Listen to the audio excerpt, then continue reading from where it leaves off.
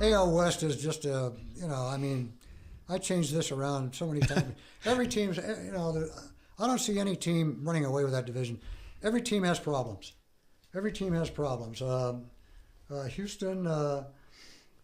Houston's lost guys. I mean, I even think that, if the Angels stay healthy, that's the main thing, and they have some guys with career years, they could even sneak in there. I've got the Astros winning it, but that's not really.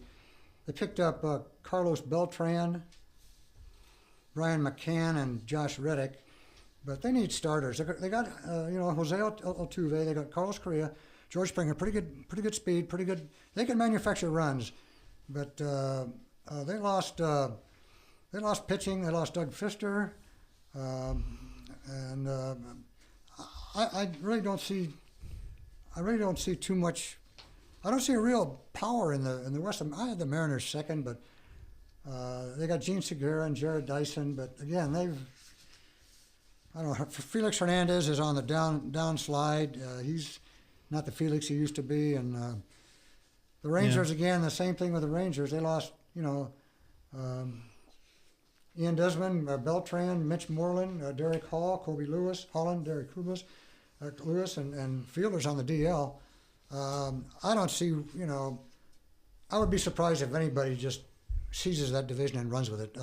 Like I say, the Angels, if they stay healthy, and they have a few guys that sneak in with career years, I don't see why they couldn't. It's going to be a very mediocre division. But I did, just for writing purposes, I took Astros, Mariners, Rangers, Angels, A's. The Astros for sure. I think we all agree the Astros will be at the top of the AL West. I got Texas. I think people really wanted to look at what they did last year and say, oh, they won so many close games, that they're not going to be there. I think they're going to be right back there. Hamels and Darvish, at the top of Darvish was out most of the year. All year. Yeah. So I think that they could be right there, maybe even challenge Houston. I think Texas has a good shot at a wild card. So for me, it's Houston, Texas, Seattle, and I think, I think the Angels over Oakland. Oakland, boy, at some point, there was nobody in that stadium. So I was texting Vince last night. It says the hardest job in California is somebody selling season tickets for Oakland.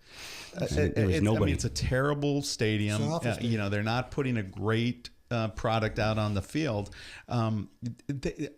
Opening day, I don't know how many they drew, but then full. It was full. And then the second game against the Angels, it was like 3,500, 5,000. I mean, they may have said they sold more, but there wasn't that many people in that crowd. And so if they're already, how are you going to sell tickets? Who are you going to promote to come out and watch? Come on out, you can't say come out and watch Trout. What's funny is the backdrop actually only looks like there's only 4 rows behind the dish.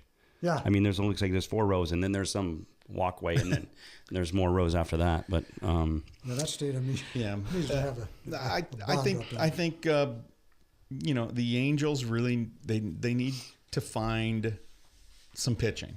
They need to find some pitching. They need to find some relief. They need to find starters who can get them innings. Bud Norris and Ricky Nolasco are just not going to do it for you. It's just not going to happen. No. I've got Houston. John, I actually think they're going to be better than you think they are. I actually think that they've actually created what they've done in Cleveland, and they've got themselves a good 7-inning, 8-inning, and 9-inning pitcher. You got the Harrison to Gregerson to Giles. Giles was 100 miles an hour. He's got a slider. Gregerson was our closer in the WBC, and he's their setup guy, which, talked to somebody today actually about the Astros, kind of like an MLB insider, and he says that Giles is on a short leash there in Houston. So if it goes any wayward way, that Gregerson will slot into that position. But you're not at liberty to name your source? No, no. Right. So, highly reliable. But I actually think they're going to be pretty good. I just think that the kids now, adding Beltran onto that team, he'll be a DH, and he'll probably only play at Minute Maid Park because it's short.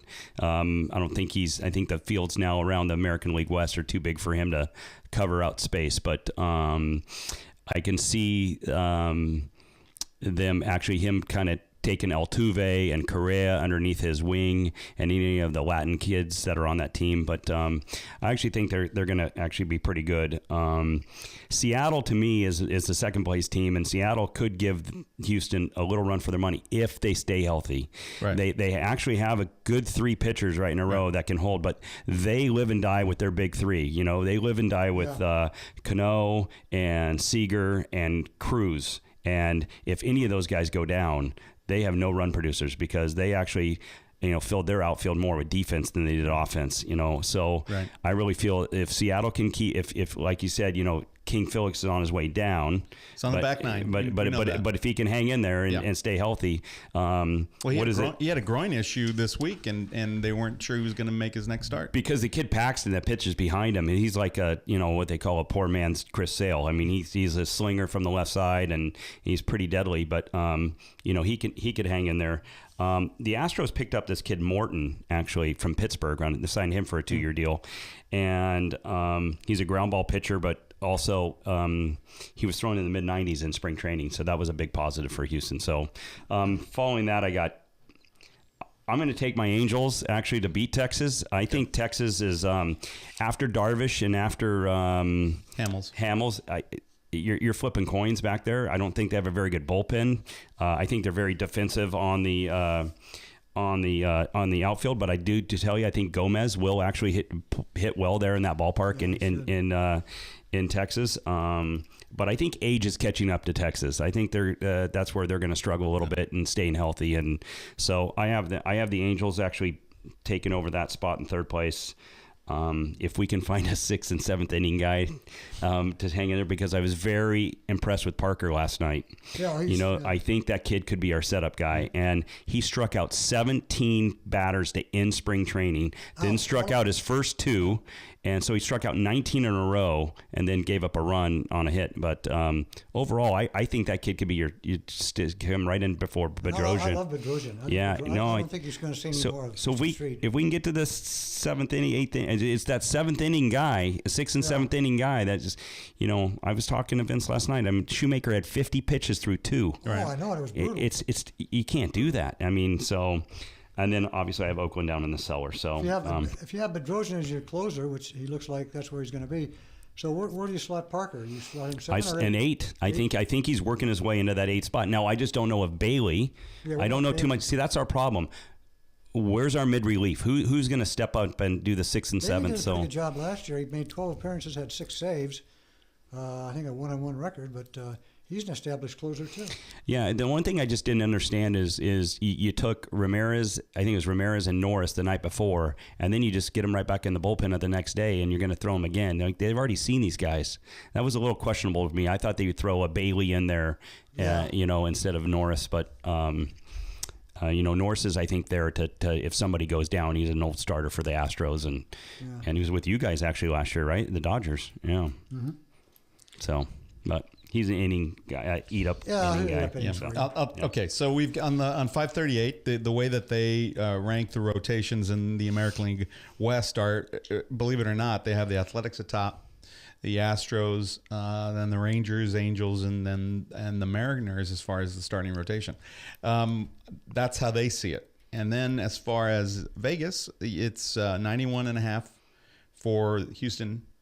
At the top of the list there, and then it's a bit of a drop off to the Mariners 85.5, the Rangers 84.5, the Angels 80.5, and then Oakland at 74.5. That could be a long year for the Athletics. Yeah.